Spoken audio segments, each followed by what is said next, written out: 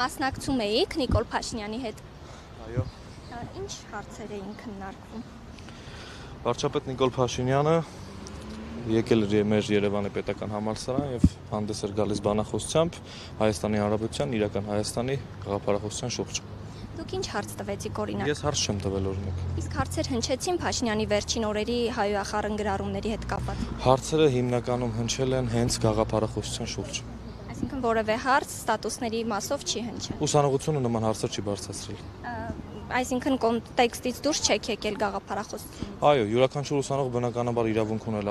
ինչ հարց որ ցանկանար հղել, քանի որ շփումն ազատ էր,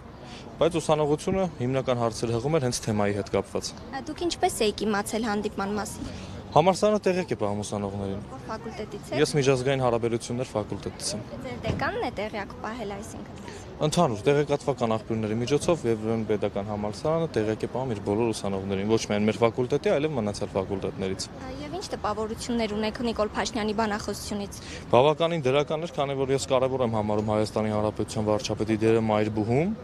եւ երբ հենց մեր պետական համալսարանում է բանախոսությամբ հանդես գալիս վարչապետը, լավ որ նաև ուսանողությունն է դրանով հետաքրքրված, քանի որ թե թեման, թե բանախոսությունը կարևոր է, որ ուսանողությանը դուր գար եւ ուսանողությունը իր ակտիվ մասնակցություն ունենա այս գործառույթներում։ Եվ քիչ առաջ ռեկտորը հանդիպումից դուրս գալով ասաց, որ սուր հարցադրումներ են հնչել, ձեզ ինչ սուր հարցադրումներ կային այսօր։ Ցանկանում հարցերը հենց ռեկտորին ուղղեք այդ առումով, բայց սուր հարցադրումներ իհարկե եղել են, դա նորմալ է, դա բնորոշ է եւ ժողովրդավարությանը եւ ուսանողությանը եւ մեր տարիքին։ Ձեր անհասկանալի է։ Պապին Բաղդասարյան։ Իրական Հայաստանի գաղափարախոսություն, որը